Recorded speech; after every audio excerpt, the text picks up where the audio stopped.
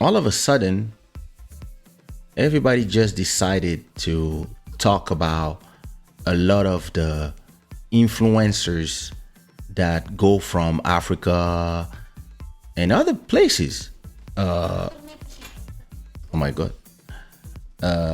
People from all around the world who go to Dubai to get cheated on, pissed on, and to prostitute themselves. And there's a lot of things in it.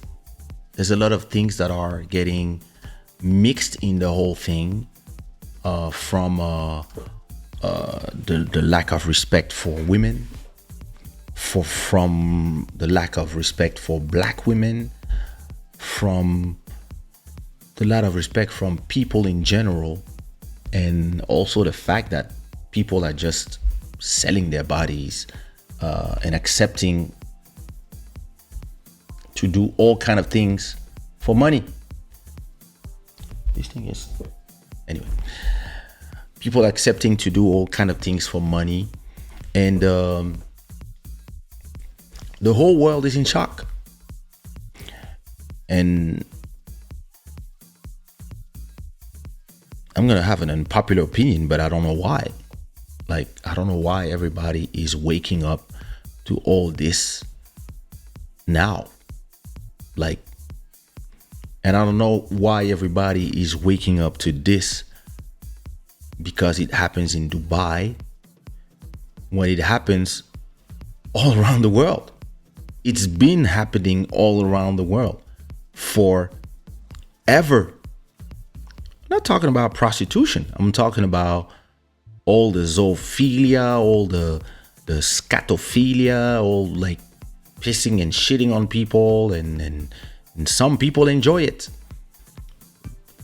The recipients and there's a lot of things like so years ago. Let me listen. Let me tell you stories, because I guess it's the internet that is making things, that is blowing things and putting a finger on things, because people are recruiting now using the ways of today, which is TikTok and etc. But I'm going to tell you 3 stories, small stories. The first one was a guy. We used to go to a club in Paris back in the early 2000s called the Man Ray. And this was really a party where everybody was. All the nice girls, all the nice guys, right? And then I knew a guy because he was like he was related to the mother of my son. Cool guy. And one day I realized, a friend of mine tells me that this guy made a girl, a friend of mine, beautiful girl from the islands, and she was a little vexed. I was like, what's going on? So, like, I'm frustrated. I was like, what's going on? What happened? I said, such and such did me a proposal. And I was like, yeah, what proposal? And he was like, there's a certain son of a president in one country in Africa, and that they would love to take me to go there. And all I have to know is there's going to be coke, and I might get pissed on. And of course, she was angry at the idea that, and the guy was like, oh, don't worry, like, if you go, you get 5,000 right now. So you can leave the club now. I'll give you 5,000. You go to your house. You take your passport and some clothing, take a shower, and at 9 a.m., we have a private jet. We're going to take you and 3, 4, 5 girls that he's been recruiting in the party, and Everybody go. It's Friday morning, or yeah, the party was on Thursday. It's Friday morning. You all arrive there in that country that I cannot name, of course. You all arrive there in this country. You're gonna be in a yacht. You're gonna be in a beautiful suite. You're gonna be, it's gonna be the good life, and there's gonna be a boat. There's gonna be etc. And all you have to do is make love with somebody, and all these people are gonna be on drug, and maybe might pee on you with his 5K. And I was like, oh my God, like, did they really propose this to you? Damn. And she was really shocked. And she was like, what? Like, who do they think I am? Da da da da da. And I was like, but did they propose this to other girls? And then, so I talked about it to my friend who was doing this party. And he was like, oh yeah, he's been doing this for a long time. Actually, such and such and such and such and such and such and such and such. They already went on a weekend out there. I was like, oh, what? To get peed on? And they're like, yeah, you take a shower after. Some people do worse in here or in Germany. And I was like, what? And the shock to me was not, because listen, I've known about prostitution as long as I've been a teenager, right? I've known about it, even if it's not something that I'm not a client of those things. I never had to beg for this. I've always been like successful. So, but listen, I've never been into it. I don't judge people. I have some friends who are prostitutes. I have some friends who are strippers. I have some of my good friends who are porn actresses. We have one here in Club Shada that we love. Like, I don't have a problem. I don't judge people for what they do. But I was kind of shocked that in a club, people would be proposed stuff, recruited directly in the club, and some people would accept because, hey, listen, 5 months of rent in a weekend, that's a problem, right? And I've seen in the last 20 years, the frontier between what we call in French michetonnage, which is girls who like guys with money, and prostitution. There's been a blur between which one is what. Slowly, it used to be very clear. You're an escort, you're a prostitute in the street, in the red light districts, or somebody that private clients, etc. It was something that was clear. And then you had, girls who like guys with money, football players, this, that, and then it started blurring. And then you had MySpace, then you had Facebook, then you had Instagram, and now TikTok. And it got easier and easier and easier for all these people to recruit, because all you need to do is send a direct message now. It's not even like back in the days. And what shocked me was the fact that a lot of girls that I know, that are some very beautiful girls, that they were like, why not? Private jet, do some nice photos, and go for whoever, son of whoever president, or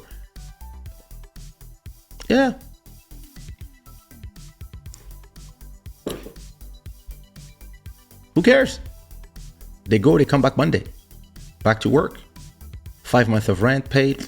That's, some people don't care, especially if they're already like out and about. Some people, they're like, yeah, why not? And to me, I was like, and that's when, to me, 20 years ago, I started seeing the fact that people were not as scared to, where's the chat? The chat stopped talking. Everybody's scared to say something. I know you're listening to me. somebody kind of, people stop getting scared of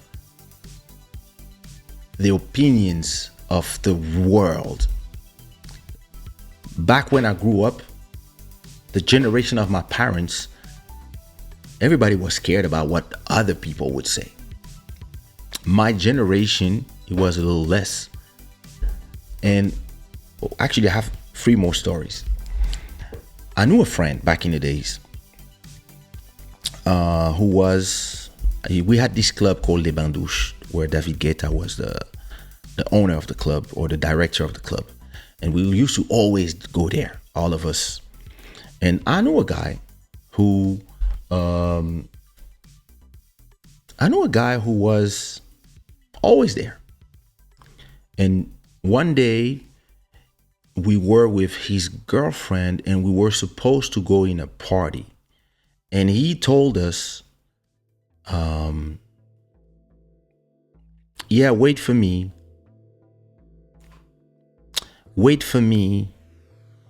or I'll meet you there. I'll meet you in the party. Go with my girl. You guys go ahead. I forgot something and I'm going to change clothes, whatever. So no problem.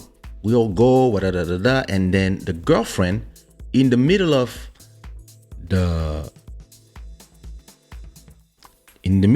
us going to the other party, the after party, she says, oh shit, I forgot something super important at the house.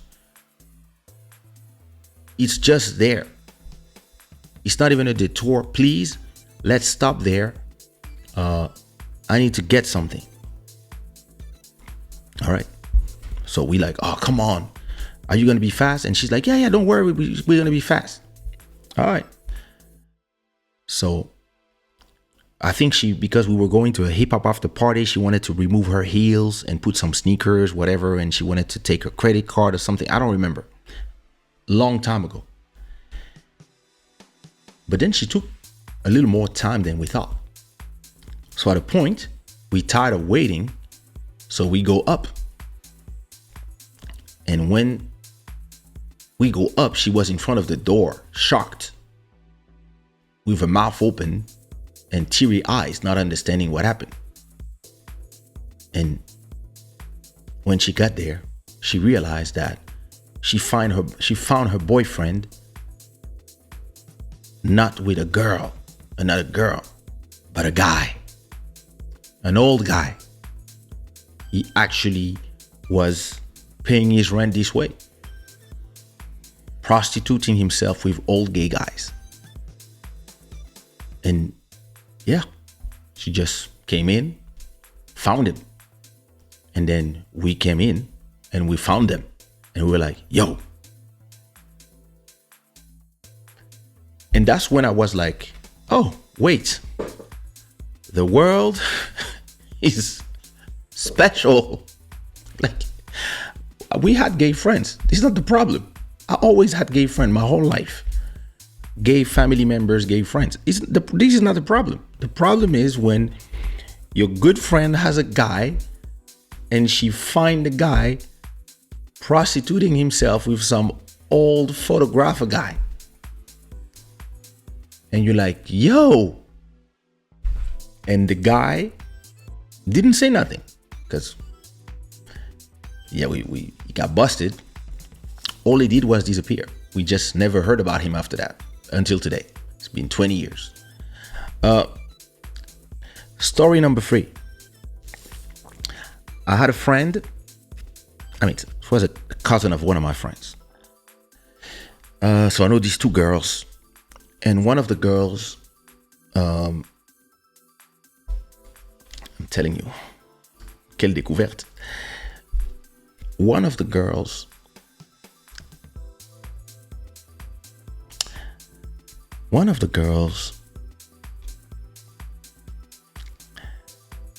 she meets in the party where we were all together. She meets a guy. Blah, blah, blah, blah, blah, da, da, da, da. And listen, it's a girl. All her life, she's been with poor guys. Like, she was about love. She was like, she been with guys that didn't have money. She never cared. She has her work. She no problem. But she's always been with guys who take her to McDonald's, don't take her to restaurants, blah blah blah blah, and it was not a problem for her. She was still young, etc., right? And I was friends with her cousin actually, and both Africans. And one day, so we in a party, and she meets these guys. She start talking to this guy. So me, when I'm with women in the club, and we came together, I always make sure that me or one of my friends is making sure that they fine and nothing is wrong with them. So even if they're talking to a guy, I will always come and say, is everything all right? If she wants to go with the guy, all these things, I will make sure that we know where she goes, etc. Because like I'd rather be have the information than be sorry one day. So that's the way I've always been with my friends. I'm very protective, and we always make sure that nobody put anything in their drinks, etc. All these things we are careful of these things because there's some evil people out there. But she's talking with this guy. I have no idea who he was. My friend seemed to have no problem. She was there talking with the guy. At a point, she tells us that, she's gonna go with the guy. They're making out, blah, blah, blah, blah, blah. They're saying that she's bouncing with the guy. So we're like, are you sure? Da, da, da, da, da. Do you have your cousin's number? Da, da, da, da. Like, she tells her cousin, don't worry, I'm going to put my location on so you can see where I am. And da, da, da, all these things. Okay, cool. So, she goes there, and they do. I don't know what they did when they went there, but apparently she sends a message to her cousin saying, "Oh, he's a football player. He lives in another city in France, and my friend see the name. She goes and she looks. Listen, I didn't know you could do that, but apparently, my friend was." She knew about those things. She just went. She was like, "Oh, he plays in this city. That's his thing. That's his salary." I was like, "How you know all that?" And she was like, "This website." Okay. Oh, she was like, "Oh, she had a good one." I was like, "What you mean she had a good one?" "Oh, yo, listen, he makes a lot of money." I was like, "That's not. Why is it?" Okay. Anyway. Now, after they're done, and the next day, the guy tells the girl, "Hey, listen, I have to go back I have training tonight or tomorrow. So I have to take the train back to the city where I play. But I'd love to see you again. Sorry, I can stay with you a little more. Here's one of my credit cards." And he gives her a black card. And she's like, "Who do you think I am?" And the guy's like, listen, the guy was young. The girl was probably in 19. The guy was 21. And she's like, "Who do you think I am?" And the guy's like, I don't understand. Like, I mean, hey, listen, hey, no disrespect. It's just, buy yourself something. And the girl was like, "Hey, I don't need to buy myself nothing, whatever." The guy was like, "Listen, I don't have time to da-da-da. Listen, here's the card. If you don't want to buy nothing, it's okay. Use it to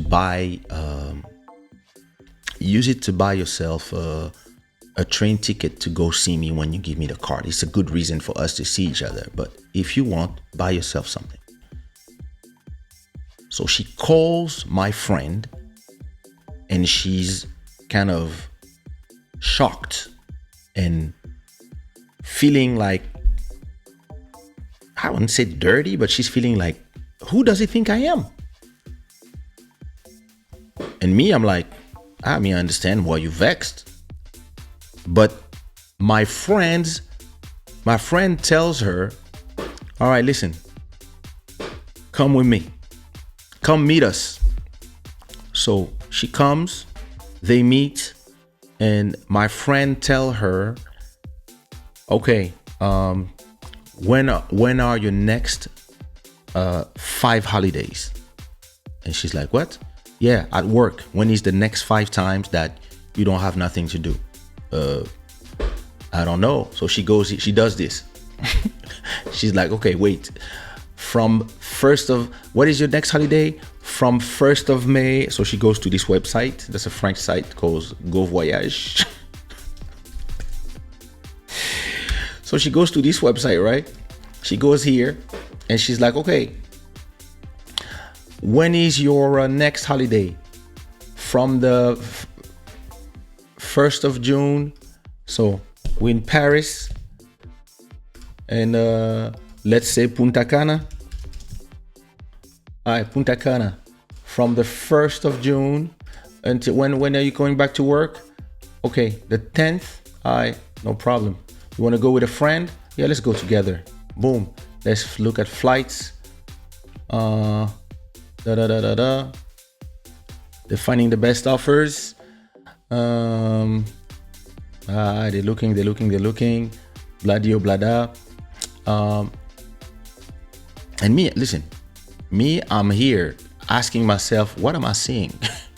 And she's like, listen, 600 for 2 people. Wait, let's find the business class one. And she start booking a flight. And she said, give me the credit card. And she's like, yeah, but said, listen, give me the credit card. Takes the credit card, book 2 flights for Punta Cana. And then she goes to hotels.com.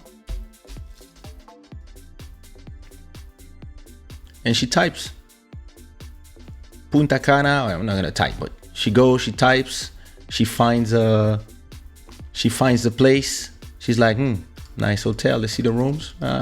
Yeah. Oh la la, yes. Now we're talking. Okay, let's choose a room.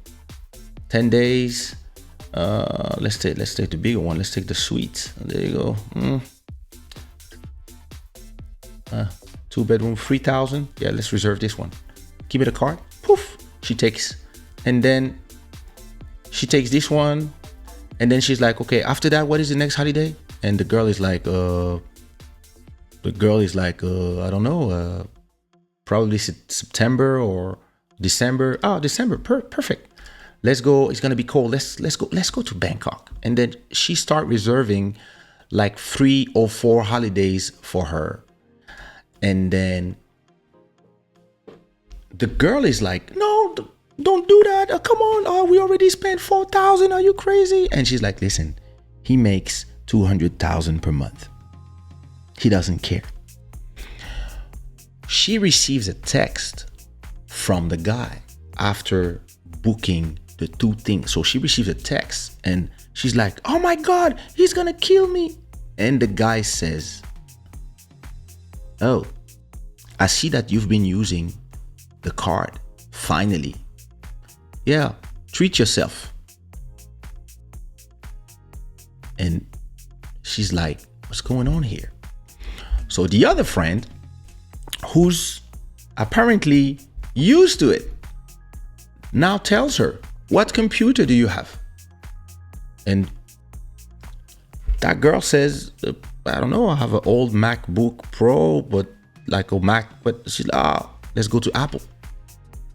Let's buy yourself a new iPhone. Boom, brand new iPhone. So back in the days, it was probably an iPhone 8 or an iPhone 6, so I don't remember. Brand new iPhone. Let's get you a brand new MacBook Pro, maybe an iMac. What you think? Let's spend 5,000 on Apple. Let's go to Louis Vuitton, buy a little bag. I think you should take this one. You need to be elegant.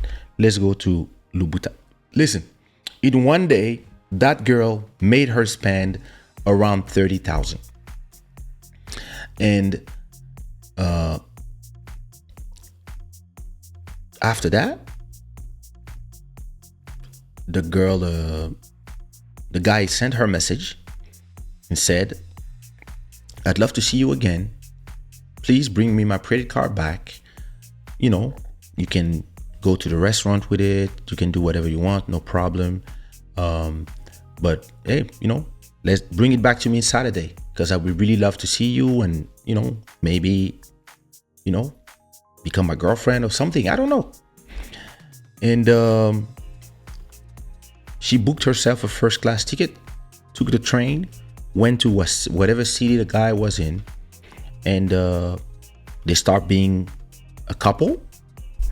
And every time she would go back, she would now walk with the credit card of the guy. And her, who was really shocked in the beginning of the story, became used to the idea of having a credit card that never says no, that is black and doesn't even have a number. And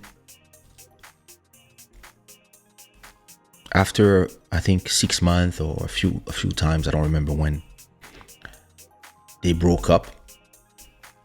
And that girl never left that level of guys. She came from here. She discovered how it is here, and it was over. If you didn't give her a credit card so she can buy herself something, and you were not a Nigerian in oil or a football player or a politician, she was not interested in you and McDonald's. And I remember how vexed she was to have been proposed a credit card. And I remember how a few months after, she was not the same person. For her, it was normal now. It was normalized. And what shocked me, nothing shocked me, but what was interesting to me was the fact that even for the guy, that young guy who was in his 20s playing football, it was also normal to give his credit card to a girl he just met. And I was like, wait a minute. After a while, when I moved here, I have some friends, business people, business partners, football players. They come here and I see what they do. They find girls on Instagram today. And what they do is they're going to send them messages on Instagram. Hey, what up? Nothing special. And they know that the girls are going to check their Instagram. And in the Instagram, it's going to be photos with me, photos with special type of bottles, photos on boats, photos in hotels, etc., etc. And those girls, after seeing those profiles, they will reply, or he's a football player. Oh, they're going to go and look them up. And they're going to be like, hey, nice meeting you. And then those people set up a meeting and they come to Lisbon if they play in Lisbon, London if they play in London, wherever they are, if whatever, or if they are business partner, maybe they go with them on a trip to some place in a private jet, and they don't even have a conversation where they know they're gonna give each other something, but then those people internalize already that they will give them a 3,000 or 4,000 or 5,000 just to do some shopping. It's shopping money. And now you can buy stuff or you can keep it for your rent. Again, there's a blur in the line between what is what. Is it prostitution? Is it mishtoning? I don't know. But it just became so blurred with the time. And I remember a friend of mine who had this Nigerian guy tell her, hey, I'd love to meet you. They never met, but the guy sent a private jet. And she was like, hey, who does he think I am? But then when the private jet landed, she was like, let's see who he thinks I am. And boom, she was all of a sudden in the other side of the world with a guy who was like, who came with a helicopter, bring her in a ranch, the horse, tell her, let's buy you a whole wardrobe and let's buy you 10 iPhones. And like, because once people have unlimited money, they kind of have these, they kind of see themselves as like gods in a certain way. See what I mean? It's like, it's easy when you can do something that somebody else cannot do to start seeing yourself as a god. It's something that I know a friend of mine who used to go to these I don't know how you say, a house with prostitutes in there, and he liked that girl so much, white guy. He liked the girl so much, he decided to pay her all her studies and tell her, I don't want you to do this anymore. So I'm gonna buy you your studies for the next 3-4 years. I'm gonna buy you a store when you're gonna do your business and do a legit business instead of doing this, because I don't want you to do it anymore. And yeah, I want to change your life. And the girl, I think, was a Brazilian, probably. And so she was super happy. She was crying, oh my God, like, why are you doing this? It was like, no, listen, but you know, I'm doing this to help my family. I said, don't worry. Here's a bank account with X amount in there, and I just bought you an apartment. And then I asked the guy, wow, like, did you fall in love with her? Like, after staying a week with her? And he was like, no. And I was like, so why did you do it? Well, you know, she was nice. She was cool. I wanted to help. I have $1 billion in the bank. Probably cost me around, I don't know, 100,000 to change her life. It's nothing. I made that money back in 2-3 weeks. And I was like, damn, that's God complex.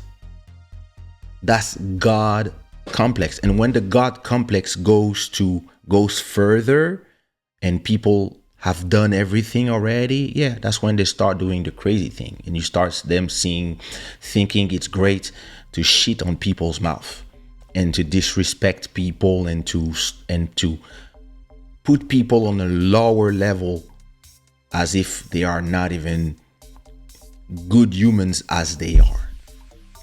And it's interesting how people are making a fuss out of it, because it is I mean, on that case, this is the African network of African girls going to Dubai for Arab guys. But we've a long time known about the reality stars in Paris going to Dubai doing the same thing, and they were saying the same thing back in the day. I'm talking about like 12 years ago, and they were saying, yeah, you know, I mean, you shit on my belly. Yeah, you just take a shower. What? They pay 15K. I was like, what the hell? Oh, they wanted to shit on my face, but I said no. I was like, what's wrong with people? But the thing is this: we all have our moral compass, and we all were raised in, for me, and it's me, it's family, respect of myself, respect of others, money, interest. It comes third for me. So if to get money I have to disrespect a friend, I will not take the money. I will get, maybe, let's say if I disrespect you, I make 10,000, and if I don't disrespect you, I make 5,000. I prefer making 5,000. And maybe we make 5,000, both of us. I prefer this because that's the way I am. That's the way I was raised.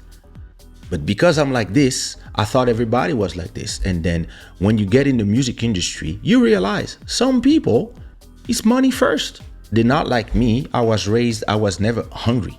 I was raised rich parents, good life in Congo, good life in France, good life in Portugal.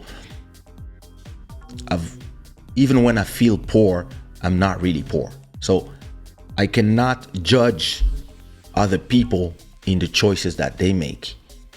And I learned to realize that some people, they will yeah, they will see the monetary interest before everything else. Listen, I've I've had people ask me, "Oh, I'm coming with that such and such. I need girls," and I'm like, "Girls? Like, I'm not into these things." Give numbers to some people, and some people, that's what they do. They're gonna find some girls. It's not even like, it's not their job. They're just gonna find some girls that they know are, they like people with money, and they're gonna bring them, and that's it. These exist like, and yeah, it's special because when you are friends with those girls, it's normal people. It's normal people that respect themselves, and some of them, they love it. Some of them, like, people want to see everything from their point of view and their moral high ground. And yeah, there's a lot of problems in there. There's a lot of, we can go to the depth of every situation, but not every situation is the same. There's some people who enjoy that shit. Some people, like, scatophilia is something that, listen, years ago, like, I don't know how many years ago, probably 20 years ago, I'm in Germany, and I go I end up in a sex shop. Don't ask me how, because I don't remember, but I end up in a sex shop in Germany. So, well, I'm there, and the first thing that struck me in Germany. Why is this thing not checking my face and taking my cap instead of my face? Yeah. The first thing that kind of I realized when I was in Germany was that there was a lot of, it was not like, when you go to in a sex shop, you're gonna have like porn, normal porn, I would say, like white people. Then you're gonna have ebony for black people. Then you're gonna have Asian porn. Then you're gonna have a barely adult, and then you're gonna have a interracial, and then you're gonna have all these categories, and then you're gonna have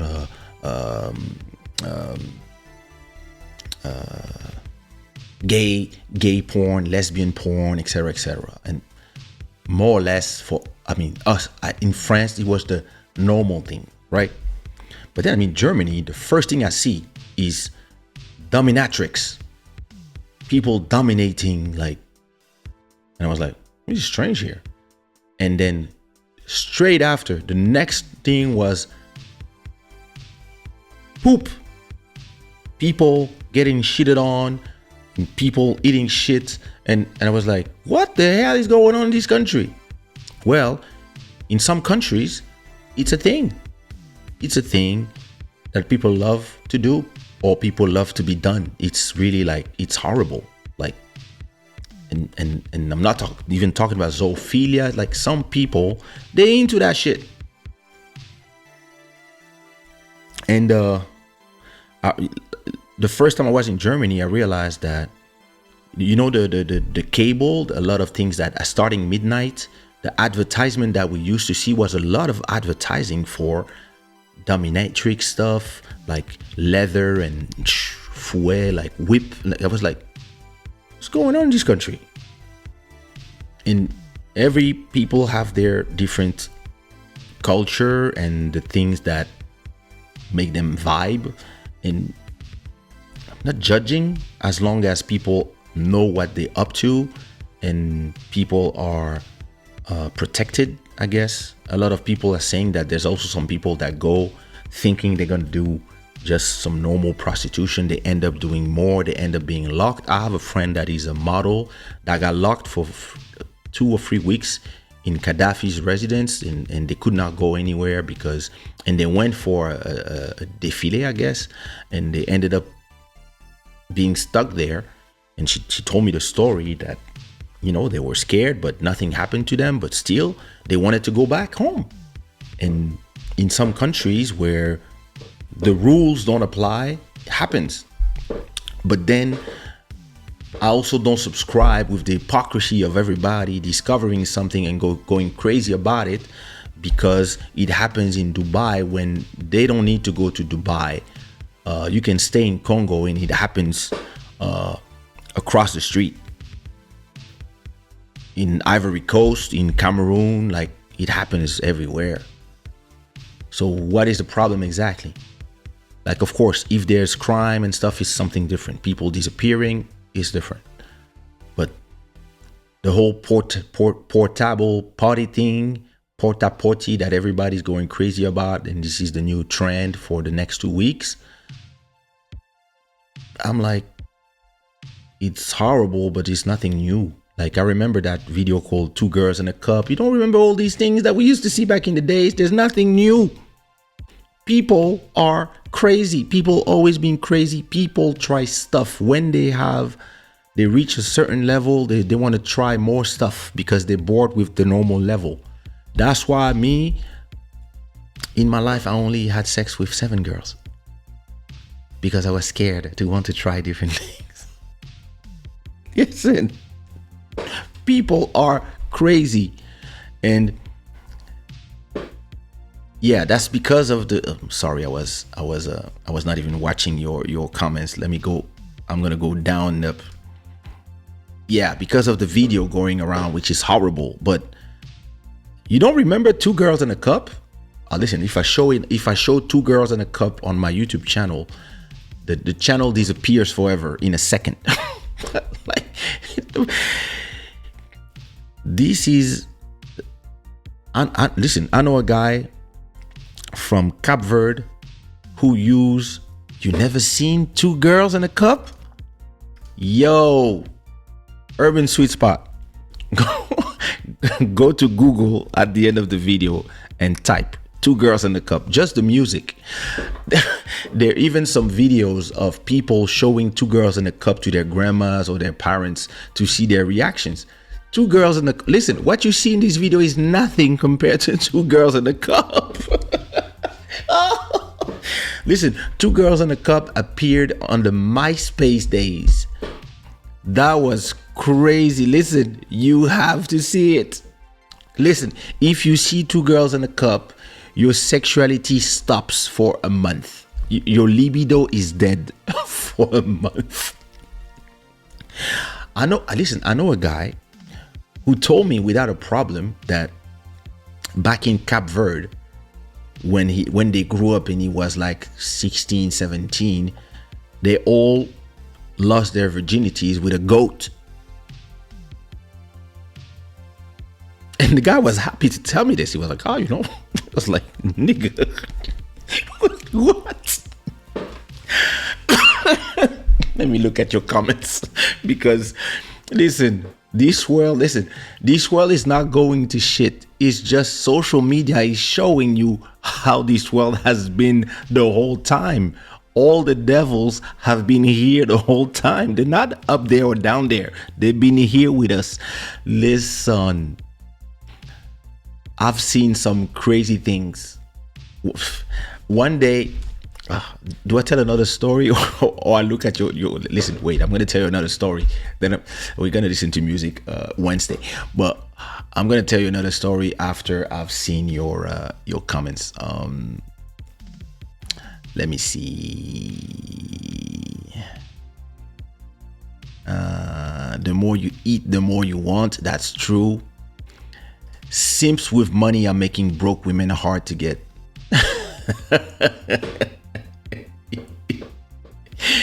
Well, listen, I've seen guys, and especially in these days where I forgot the story I wanted to tell.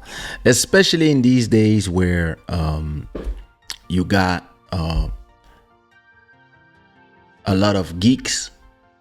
Like, the people who are making a ton of money now are geeks who invested in crypto and etc. Or people who are football players. They just came from Africa, from an Arab country, from a poor country, and they go from having nothing to signing in a club and making 100K per month. Listen, money is something, it's a tool, and if you have not been used to it and you go from nothing to a lot, you go from nothing to what people make in 10 years every month, you can go crazy and you have people that will jump on you, and you're gonna have access to girls that you never thought you could, and you can go crazy. I've seen people go crazy for 500 a month, 500 a show. Sorry, I make 500 every show, and people tell me I'm beautiful, and I'm like, you're still ugly, guy, bro. You're still ugly. Nah, I'm beautiful. Okay.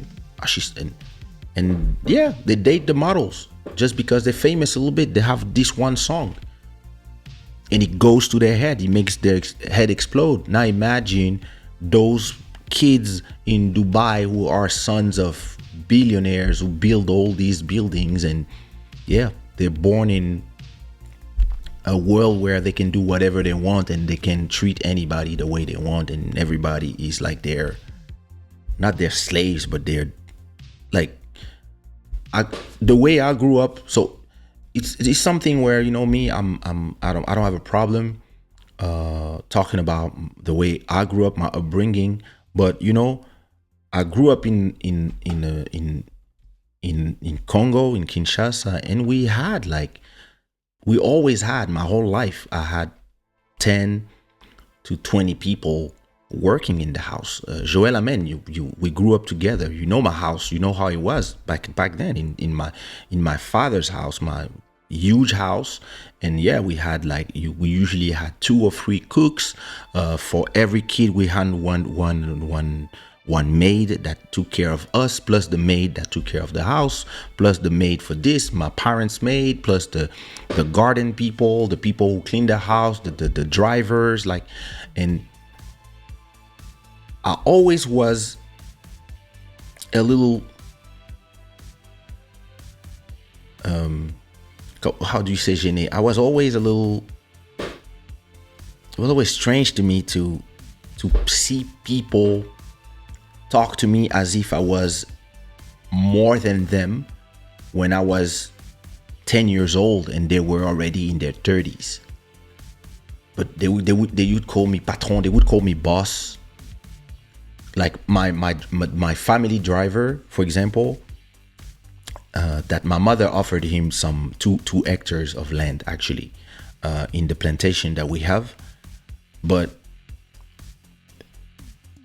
even today, he's 60 something or 50 something, and I've known him since I was 7 or 10, I don't remember. And when he calls me boss, it's strange for me. And when I'm hearing, he's like, it's strange for me. I'm like, hey, you know me since I'm a kid. I should be respecting you. But just like in India, in my country, it's the same. There's like a caste of us, from the kids of government people, the kids of the rich, and then you have the people who serve us, and then you have the religious people, and then you have the ethnic thing. Like, it exists. You don't need to go to India. It's there in Africa. And I always felt awkward to be called boss by people who known me since I was a baby. But yeah, I'm the son of the boss, and I guess I'm the boss. But it's strange to me. But the other people I grew up with, they didn't care. They treated them like, yeah, you are our service, and they would yell at them all the time. And it's something I always hated. But that's me and my personality. Other people didn't realize they were treating other humans bad, but for them it was normal. And some of them, they still are this way. Some of them, they don't have money anymore. And when we talk about it, they realize, oh, I never saw it that way, because we didn't know nothing else. Our parents were rich, and our parents were first generation rich from politics. And so we grew up in the opulence of the Mobutu regime. And we were kids, we don't know no better. And depending on your personality, you will think normal to treat people a certain way. And because you can have everything you want, you're going to think that everything is yours. Some people that I grew up were like this. I was never like this because I had parents that taught me right or wrong and taught me, listen, anybody who's older than you, you have to respect them and you have to talk to them a certain way. But I had other people, nobody taught them that lesson, right? So today, when I talk to Congolese artists, it's very strange to me because I can feel that they know that I'm not like them. Because a lot of the Congolese artists, they come from the streets and they sing for the people like me. But because I'm an artist as well, when I'm with them, I put myself in their level and I never make them feel like I'm better, but they still know who I am. So they don't treat me as Kaysha, a fellow artist. They treat me as, and some of them, they might even be richer than me, but they still treat me as, we know who's your father, and we know that if anybody in this club touches you, that person is dead. Because we know we know Congolese CIA is watching you, and there's armed people ready to kill us. That's how they see it in there. And listen, when I'm with some people, I do everything for people to not even feel strange. I don't walk with bodyguards. I don't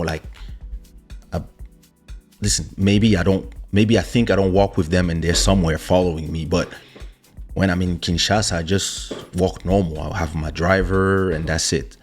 But everybody know who I am. And I can feel it when I talk to Congolese artists. It's not, oh my God, Kaysha the legend. Yeah, there's a little bit of that, or there's 50% of that, but there's this, he's also the son of. And you can feel it in Africa. If you come from Africa, you know what I'm talking about. If you're in America, you have no clue what I'm talking about. But if you come from Africa, you know exactly what I'm talking about. And it always made me feel awkward. And when I'm with, for example, Damu, who's here, he's the Congolese artist that I work with, but he's always been in Miami.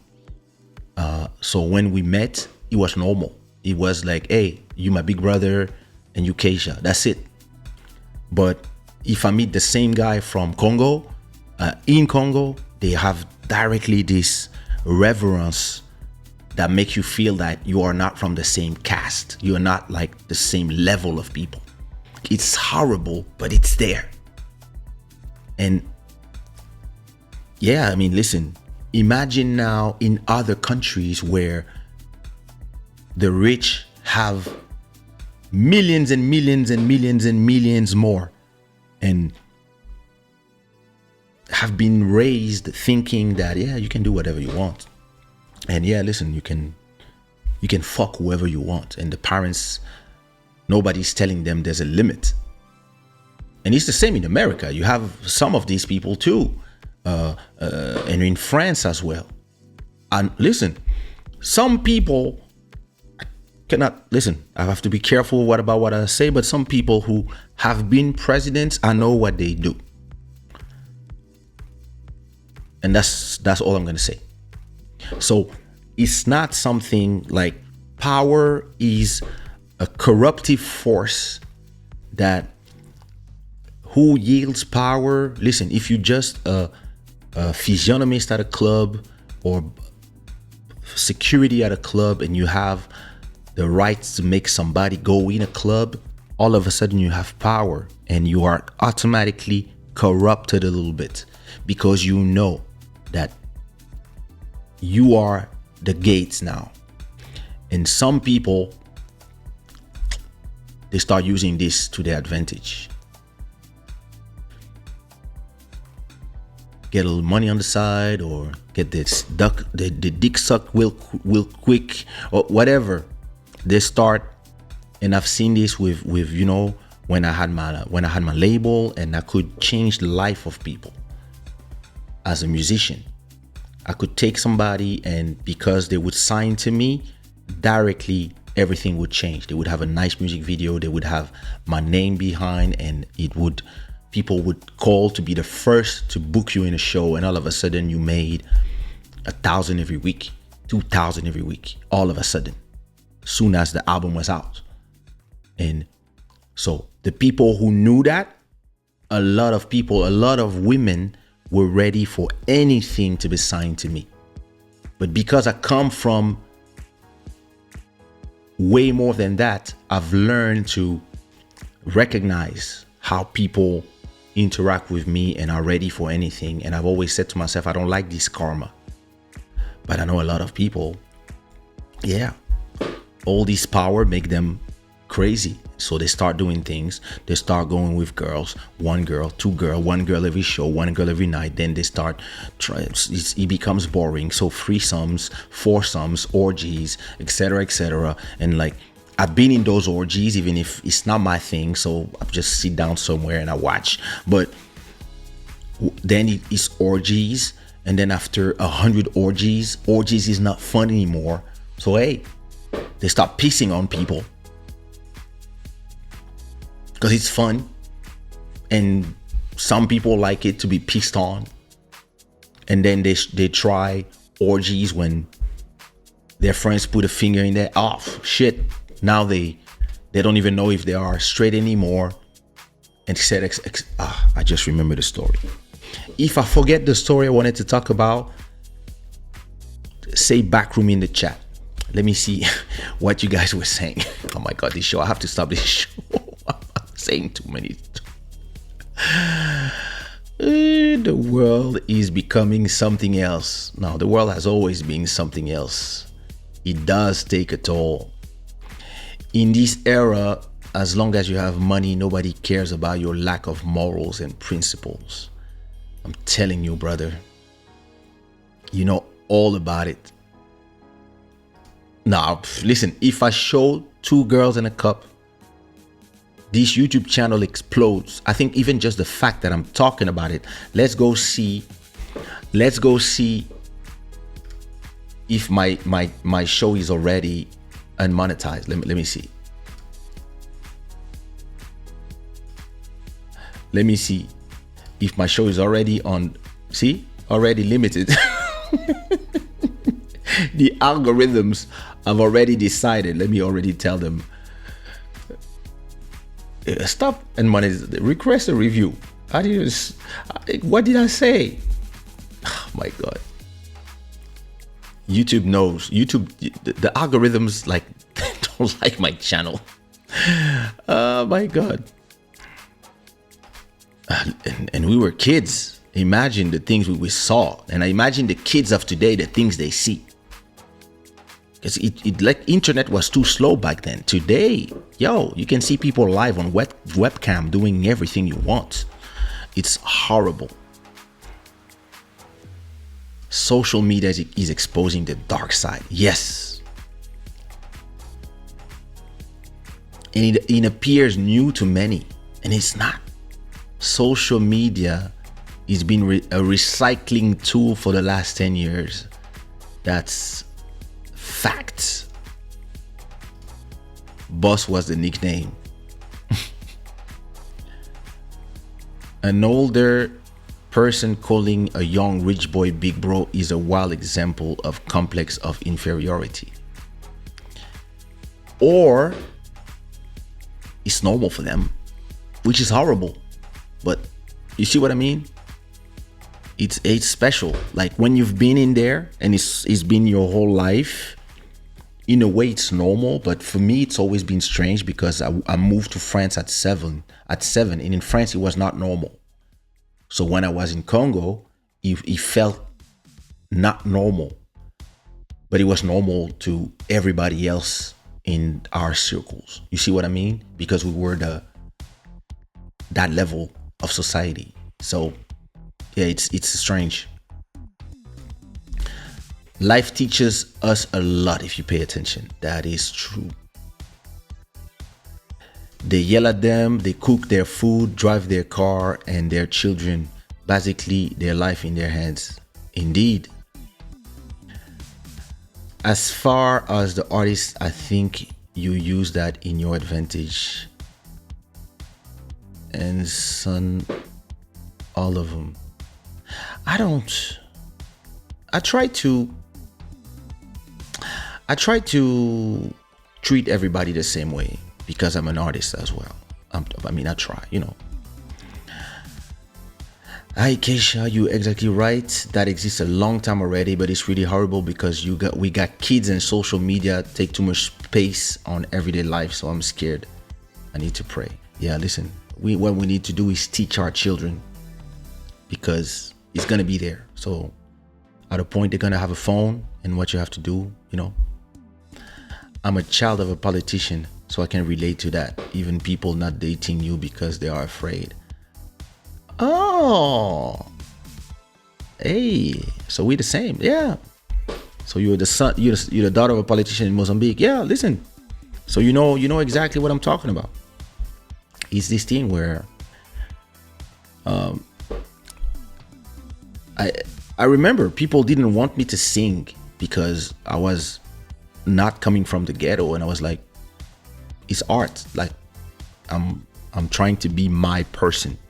Now you're the son of whatever. Go back to your district. Paris. Go back to Paris in the nice suburbs. And I was like, what? Hey. Damu Manero, thank you so much, everybody. Go check Damu Manero on Spotify. The best Congolese Lingala rapper. He's amazing. And we had him on the show. You should come back to the show, bro. It's been a while. I just sit down somewhere and I watch. That's one of a hell of a great self-control. I'm telling you. Nah, I wouldn't. Thank you so much. Listen. There was a club back in Paris called Le Palace. And I think David Guetta was the director at that time. And so we used to go there. It was really the place. Before he and his wife became the directors of Les Bandouches. This is where they would throw their parties. And that was the place, like when Paris was Paris. This was the place, Le Palace. And great place. And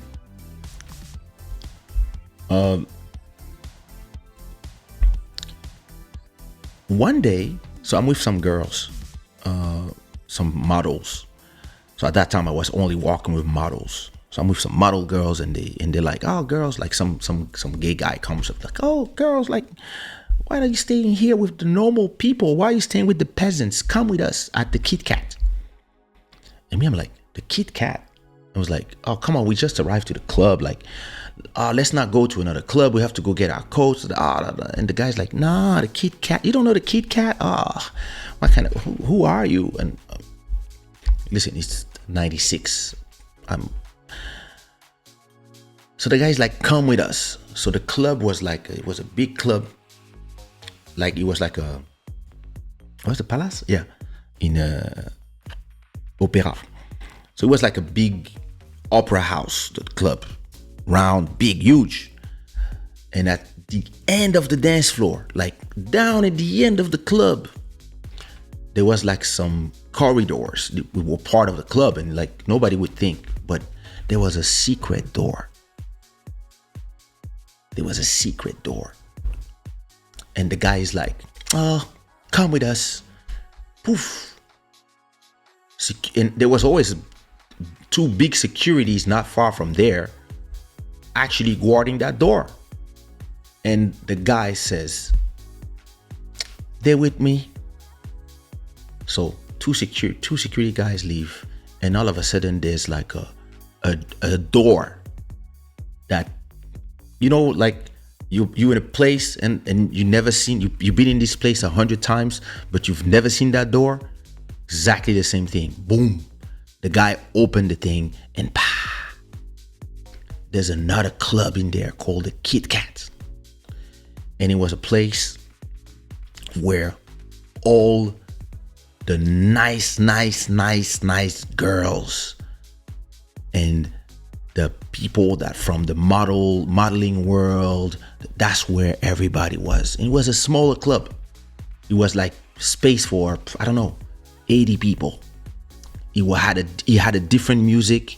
It had nothing to do with the club. And like, if you didn't know it existed, you would never know. And now I'm there. I'm like, oh my God. Oh, the nicest girls were in there. So I'm here, like, nice people, that are rich people, that different level of French politicians, like, there. So, me, I'm dressed hip hop, and I'm like, no, I was not dressed hip hop going there. I think I was wearing like some sheepy white boots and tight jeans, but I was like Gautier glasses, gomina, relaxed hair. I cut my dreadlocks already, so I had relaxed hair, etc. Like, and we're in this club in the Kit Kat, and I'm like, wow, this is amazing. Oh my God! Now when I go to Palace, I want to be in the Kit Kat. All right. So at the end of the night, at a point, my model's friend and I, we leave the place. The guy gives us some card that says, "Oh, and you remember now, like anything, you just call us, and the people will let you in." And the guy of security was like, "Oh, don't worry, I know you. You're a rapper. Don't worry. Whenever you come, no problem. You just talk to me. I'll let you in." Perfect. To me, I was like, oh, I reached the next level. So one Sunday, there's a hip hop party at Palace. So we had the hip hop party and we're here chilling. And I'm like, yeah, the girls are nice here, but let me go to the Kit Kat. So I go to the Kit Kat. I arrive in front of the door. Oh yeah, me relaxed hair. Wait a minute. Let me show you. Let me show you exactly how I look at that time.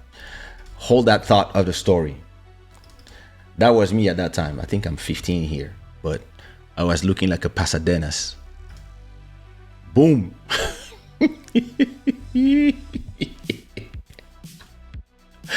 That was after the dreadlocks. But yeah, I had relaxed hair, Teddy Riley, Gautier glasses, yeah, starters, thinking I was an American when I was just a young Congolese kid. So that was me at that time. So yeah, and before that it was dreadlocks, but I probably don't have the photos, but yeah, it's not the subject. So listen.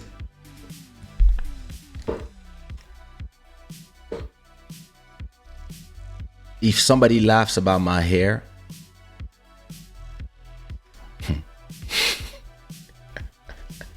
what now? You don't like my relaxed hair? That's why I don't have hair anymore. Too much chemicals. So listen, at a point, I hate you guys. So at a point, I go, yeah. Maybe before. It was the times of Black Mick Mac, the movie. I'm probably 15 or 16 in that photos. That's when Disney World opened in France. Now listen. Actually, we met Michael Jackson that day. That was the first time I met Michael Jackson. Why are you guys laughing at my hair? So listen. I said to myself, the girls are nice, but I know where the nice girls are.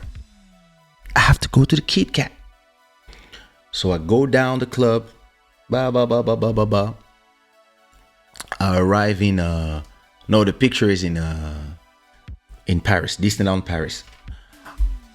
I arrive at the club, the Kit Kat. I see the security guy. And I look at him, I'm like, hey, do you recognize him? He's like, yeah, Kaysha. And I'm like, yo, can I go in? He's like, are you sure? I'm like, yeah, I'm sure.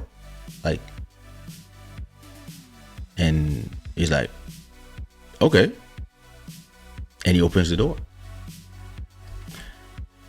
And when I got in the club, the music was boom, boom, boom, boom, boom, boom, boom, boom, boom, boom, boom. And it was dark. Everything was dark. The only thing that was in the fluorescent thing was a big pack of condoms. And me, I thought it was just the part of the decor. And it was dark in the club. Like dark, dark, dark, dark, dark. And all you hear was boom, boom, boom, boom, boom, boom. And but listen, it was dark in a way like this way. Like so you could not see nothing. And all you could do was the first thing I touched was felt like flesh, felt like skin. I didn't. And listen, on Sundays it was back room. Do you know what a back room is? Back room is when only gay people can go in the club and everything is dark and everybody's naked.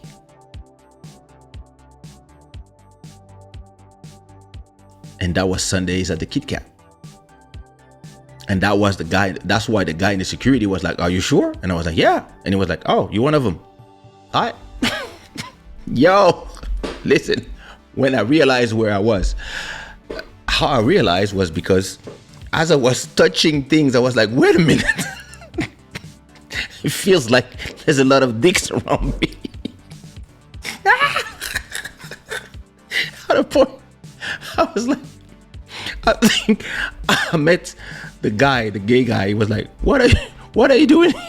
He was like, "What you mean what I'm doing?" He was like, "Today is back room." I was like, "What is back room?" I was like, "Oh, gay orgy." I went back to the listen, the ground was very sticky. That's all I can tell you.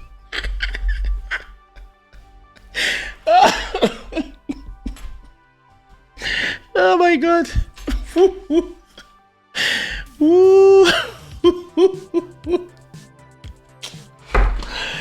Oh my God. Oh, the Kit Kat. Let me see if I can see images. No, it was not a club échangiste. It was a club échangiste only for gay dudes. So imagine. But on Sunday, the rest of the time it was, oh, listen, man, that was amazing. Paris.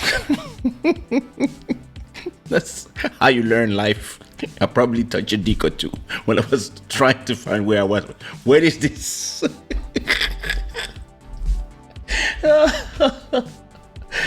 Oh my God. Oh. Wait, let me see. Paris Kit Kat Club.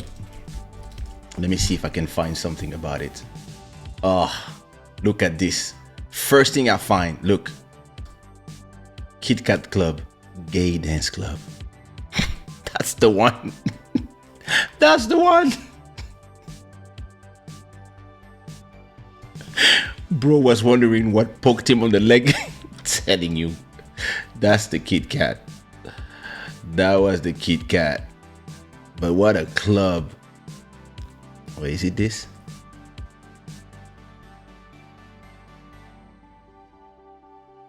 Kit Kat, no wait. Travel gay, oh my God. Wait. Kit Kat. Kit Kat Club. They had a Facebook page? Let me see. What is this? Bienvenue à Club le fucking Blue Boy. Oh my God. Wait, is this the club? Terne. Monceau. No, that's not there. Is it Opera? No, that's not the one. Maybe that's a new one. I'm trying to find the old Kit Kat Club.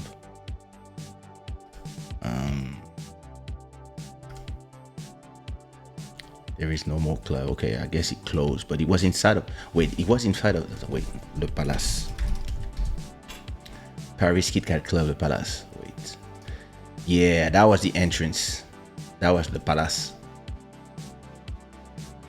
So it was a real theater that turned into a club. And inside of the club, look, Gainsbourg in front of him. So in front of it, wait, so that was the club. Wait, let me see if I can find.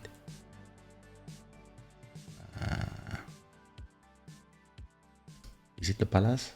Oh, that's Le Moulin Rouge. There was something. Okay, let me see if this one. No. The Kit Kat Club. No, this seems like. I guess there's a lot of Kit Kat Club. Let me see. Wait. Le Palace. The Palace, Paris. Oops. Palace. There it was. Palace. That was the entrance, I remember. And the club was, I think it was that. I'm not sure. That's so long ago.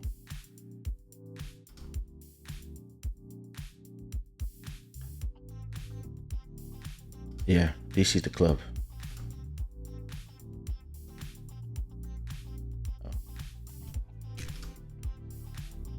Well, anyway, that's a long time ago. And at the end of the club, there was this little door, and there was this club, this smoke club. Very famous, like everybody knew it because, and actually somebody told me actually it was a gay club, but they accepted women on certain days, and that's why because you know all the models, they wanted to be with gay guys where they would be left alone, and all the politicians and people, famous people, would go there to stay away from the crowd. So he was like a VIP, but on Sundays it was something else. I'm telling you, the Kit Kat was. Oh, listen. Yeah, I don't want to know what I touched, but I touched things. I'm telling you. Maybe I would be a different person today if I stayed in that club. Maybe I would have discovered things and then be enlightened. Wait, there was a comment from, who was it? Jeffrey. Hi, Kaysha, you're exactly right. That exists for a long time already. No, that's not what that was. That wasn't the comment. There was something about Gabon. Oh, there it is. Sure, Kaysha, I'm from Gabon. It's exactly the same. In Africa, things are some type of way. You got such a people and others. Things are just like that, and people don't want to change it. Yep, indeed. But yeah, listen. So it's interesting in the narrative of today because most people are seeing everything from the prism of not only where they come from, which is normal, but also what is their comeback. And a lot of people are in ideological and different groups of pressure, and a lot of people are shocked at things. And I mean, listen, it could be a good thing. Yeah, listen, it's since the beginning of time, like, people have been trying to change the way like men are to other men. That thing where some people are on top of others and abusing that position, and some are in another place and are trying to do the best of where they are to arrive to that position. And I call it the matrix. There was if you speak French, I encourage you to go to Dalia MTV's channel, where she had a whole conversation about about the Porta Potty situation, when some people had a religious view on the thing, some people had a moral view of the thing, some people had a racial view of the things. I believe that it's all, the whole life is a melting pot of all these things. You cannot come and say that every woman that goes there is disrespected because she's from one ethnic, but you can also say that it exists. There's probably a lot of them that are there, and it just depends. It's like, it depends how you come there, where you come from. Some people are professional, some people enjoy those practice. Listen, I had a friend of mine, she met a guy. The guy told her, listen, so she was tired of being with black guys because he didn't work for some reason. I don't know. Like, she was telling me that, listen, I'm done with you guys. I'm like, why? And she decided to be with a French white guy, and he was like, oh, he's sweet, he treats me right, da da da da da. I was like, hey, listen, you do what works for you. If you're happy, and if he works, like, go ahead, And then she calls me a month after, because the guy asked her, he said, I want to eat your shit. And she was like, what? And he was like, no, please, whenever you want to go to the toilet, please let me sit on my face and shit on me. And that's how she returned to black people.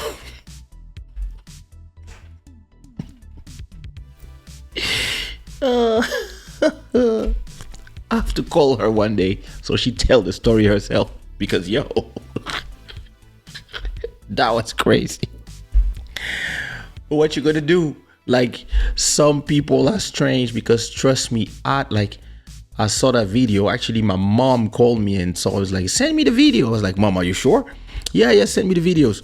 So I don't see what is the pleasure. But that, again, this is me. I don't see what is the pleasure of either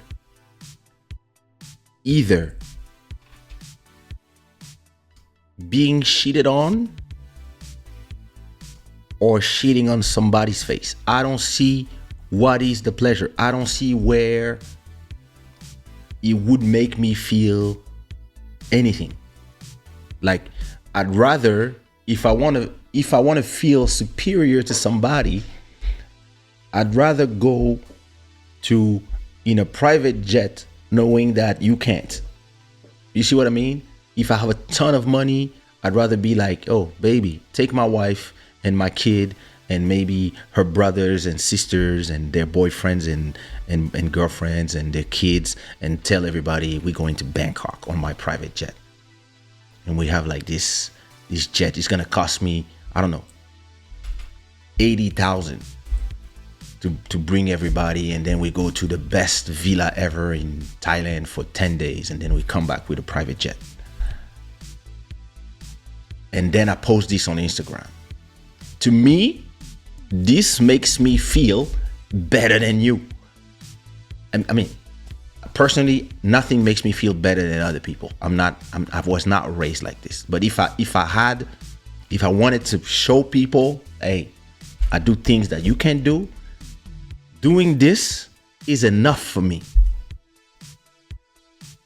But shitting on somebody's face makes no sense for me. No sense for me. I don't even understand what. But again, I heard that in Germany. Listen, German people, I'm sorry. Like, it's not about you. It's just because I was reading something one day. Like, in France, okay, let me say it like this. In France, Germany, a lot of Nordic countries, a lot of people enjoy, especially people who are very powerful in position of power, they enjoy dominatrix. They enjoy especially people who run those huge companies with millions of people, like millions of salaries, and like big groups, they make like 1 million every week, like those type of people.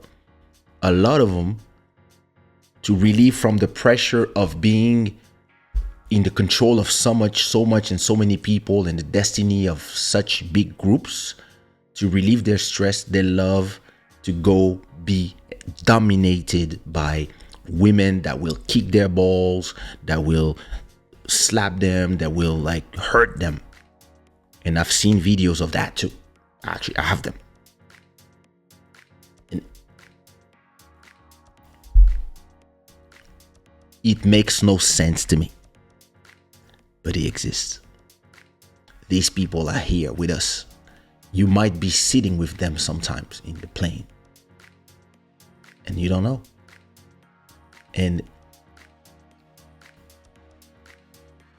something interesting about the Dubai situation, and I will finish with that, is that I really feel that a lot of people are using this to express their jealousy. You know, a lot of people are using this whole situation to shed a bad light on every person that goes to Dubai by themselves, or with their own money, or as an influencer, or who's been invited by legit people, friends, or went with their own money, or a company invite them. Not everybody that goes to Dubai is doing something crazy. Listen, people go to Kinshasa from Brussels, and they go do the same shit, and they go back with their money too. Or they just go from I don't know, from Masina to Gombe in Kinshasa, or from whatever region of Gabon to Libreville, or anywhere. Didn't you see those videos that were circulating on the net about those clubs in Cameroon? Like, listen, I had one friend. We were in a club. I think it was in Brazzaville. We were in a club, and the show, talked to a girl, blah blah blah. Took her to the hotel. Blah. Okay, cool. The next day we all take breakfast. Then she take her. We send a car to take her home. My friend also send hers home. And then he's like, "Yo, so how was your night?" I was like, "My night was normal. It was cool. We watched a movie. What? Yeah, watch a movie and whatever, And then he's like, "Did you pee on her?" And I was like, "What?" He's like, "Yeah, did you pee on her?" And I was like, "Why would I pee on her?" And he's like, "Because you have to put your power. You have to put your power. It's important." I was like, "Nigga, the fuck you talking about?" He's like, "No, man, you have to pee on her so that all the artists that come after you, you will take their power when they go in the same vagina." I was like, "Yo, chill." I don't pee on people. And I assume that you do. And now I'm looking at you strange. You're like, "Okay, you don't know nothing about life. You a white guy." I was like, "And I intend to stay."